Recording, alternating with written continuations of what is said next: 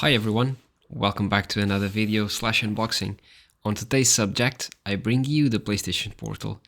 This is the box and there's a lot of mention of the need for a PlayStation 5 to use it. At the time of the recording this was the case, but now you can stream directly from it using the cloud. But you have to have the PlayStation Premium package. But I'll talk more in depth on the end of the video. There's a cool labeling on the box. Mine is the normal edition. Again, at the time of the recording this was the only lineup, but now there's a new one, which is the all blacked out edition, which is it's gorgeous. But there's also the 30 years anniversary, and I couldn't get my hands on it, unfortunately. Damn scalpers. So here it is. It comes with this plastic foam cover. Taking that off, we find it.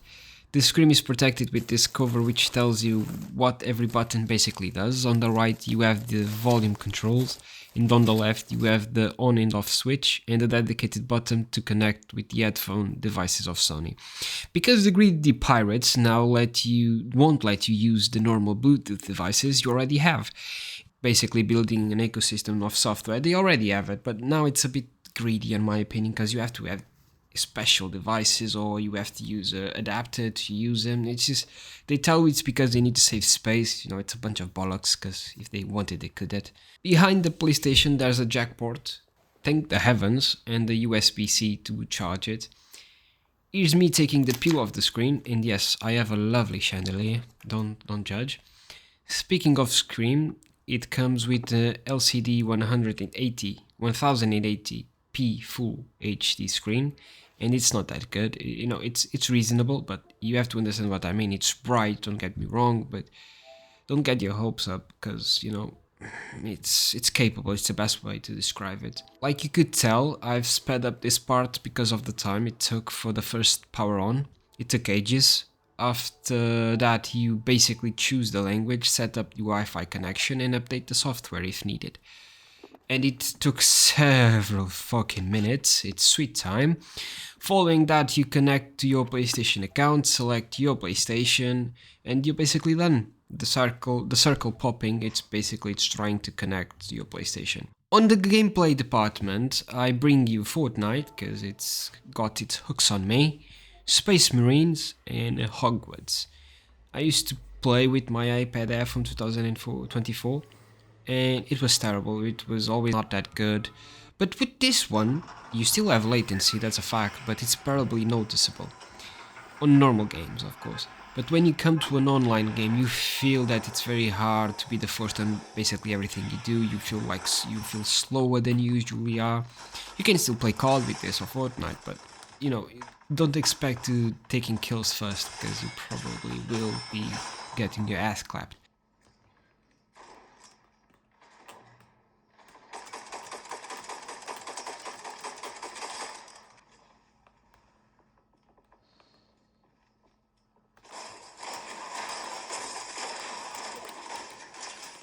And yes, it's useless because it disconnects and connects very normally. It's normal to do that, to that happened, and it shouldn't be, but it's something that I'm quite accustomed to. It basically decides to do that from time to time, which is...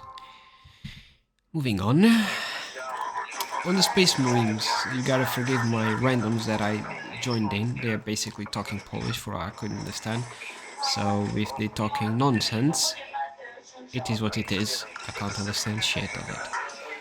But the story is the same. You can still be capable, but you can't be the best at it. So I would always, what I normally do with the PlayStation Portal, I just stick to story games, not online games. You can hear the sound that it produces. It's okay. If you want better quality, use headphones either way. As you can see, the screen is bright, it's a good size, but OLED would have been better, but they would have charged that thing up to balance the darks, and it would be so much. It's a lot of graininess on it, but you know, it is what it is. On the battery side of the PlayStation Portal, it's shit. Yeah, it's not good. You know, it's at most you get 4 hours, and you gotta work for those 4 hours. You can't be pushing a lot of things. You can't have the brightness set to full. You can't have the PlayStation Portal headphones on. So you know, it is what it is. You should consider that. The best way to explain the PlayStation Portal is basically by saying that they cut the DualSense in half and added a screen in the middle. You know, it's a lot more than that, but it's the quick and easy way to explain it. On the left, you have the home button and the share. On the right, you have the microphone and the options button. But a side note, I forgot almost, the haptic feedback is pretty good on this, as well as all the controls, but I did expect it to be a bit bad, given its price, but you know, it's capable. On the menu you have the PlayStation, you connected in the link option as well. You got the possibility to adjust the brightness on the bar and also the settings and home options.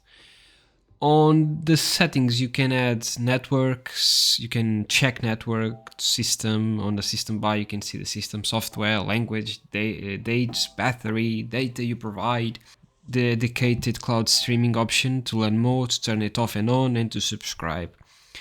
And on the controller there's only two options, vibration intensity and trigger intensity. Again, it's very basic, it's only made to play, to stream, and it's not to be meddled with on the settings, at least that's my opinion. It's a quick and easy way to get it into the PlayStation games, especially now with the cloud system. It's good, but let's not forget it's half the price of a PlayStation 5 Slim, so it's better be good, but that battery, Jesus, it lets it down.